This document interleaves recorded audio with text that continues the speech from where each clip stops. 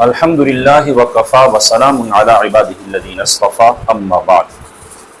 معزز و محتشم سامعین حضرات، آج مجھے ساجد خان دیوبندی کی ایک ویڈیو موصول ہوئی جس میں موصوف اپنی ڈالی ہوئی تھوکوں کو جس طرح پہلے کئی بار چاٹ چکا ہے پھر ایک مرتبہ چاٹ رہا ہے، وہی پرانی باتیں دوبارہ کر رہا ہے کہ فلاں ان کے مولوی نے ہمارے فلاں مولوی کی تعریف کی، ان کا فلاں عالم ہمارے علماء کے ساتھ چلتا رہا، فلاں ان کے مولوی نے پیر نے ہمارے فلاں مولوی کے لیے دعائے مغفرت کر دی، فلاں کے جنازے میں شامل ہو گیا۔ میں کہتا ہوں بابا، یہ مصلحت کے پیش نظر اگر کسی نے کیا، اگر کسی شخص نے نہ جانتے ہوئے ایسا کیا یا کوئی متصوف اس طرح کر بیٹھا، اگر تم اس چیز کو اپنی صداقت کی دلیل سمجھتے ہو تو پھر تو بابا تم بچ ہی نہیں سکتے، تمہاری دیوبند کی پوری عمارت پھر الٹ جائے گی۔ میں ابھی بتاتا ہوں کس طرح۔ میں پہلے ایک چیز آپ کو بتا دوں، یہ ویڈیو بنا کے یہ شخص حقیقت میں اپنی ایک چوری کو چھپانا چاہ رہا تھا، جو کہ آج ہم آپ کے سامنے رکھ دیں گے۔ اس کو ڈر تھا، اس کے آپ نے تو اس پہ لانتے ڈال رہے ہیں، اس کو خطرہ تھا کہ بریلوی کہیں مجھ پہ ویڈیوز اس معاملے میں بنانے نہ لگ جائیں، تو بریلویوں کا رخ موڑنے کے لیے وہی ڈالی ہوئی تھوکیں اس نے دوبارہ چاٹی، جبکہ وہ چیز ہم آپ کے سامنے رکھ دیں گے۔ پہلے ہم اس کی ویڈیو کا جواب دے دیتے ہیں۔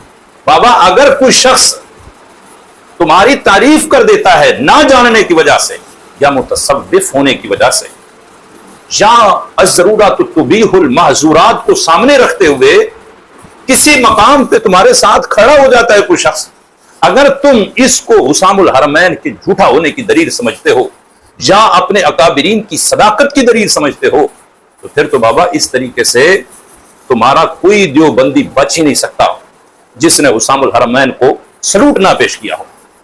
پھر تو حسام الحرمین کی صداقت اس وقت سے شروع ہو چکی ہے جس وقت اشرف علی تھانوی کے سامنے کسی نے اعلیٰ حضرت امام احمد رضا کا نام القابات کے بغیر ایک عام شخص کی طرح لیا، احمد رضا کہا، اشرف علی تھانوی نے ان کو ڈانٹ دیا، حالانکہ حسام الحرمین اس وقت بھی مارز وجود میں آ چکی تھی۔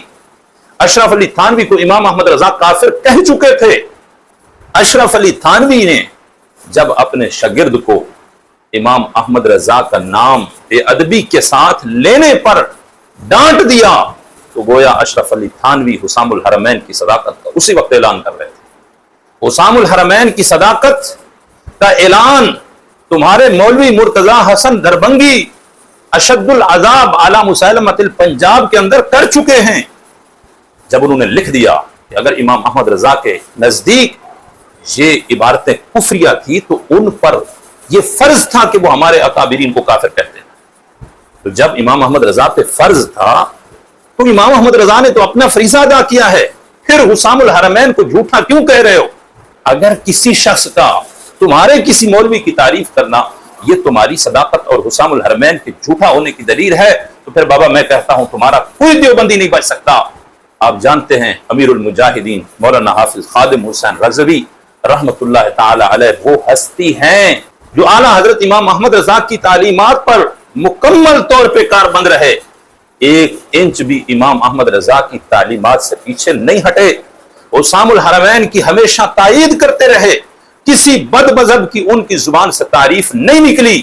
جب امیر المجاہدین حافظ خادم حسین رضوی رحمت اللہ تعالی علیہ اس دنیا سے جاتے ہیں تو اس وقت تمہارے مفتی اعظم سے لے کر مفتی اصغر تک، تمہارے اعلیٰ سے ادنا تک، دارالعلوم دیوبند سے لے کر نجد تک، ہر وہابی دیوبندی نجدی سارے کے سارے ان کے لیے دعائے مغفرت کر رہے تھے۔ کئی وہ تھے جو جنازے میں شامل ہو رہے تھے، کئی وہ جو ان کے چلیسوے میں آئے ہوئے تھے، کئی وہ تھے جو ان کے مزار پہ ان کو سلوٹ پیش کرنے کے لیے آئے تھے۔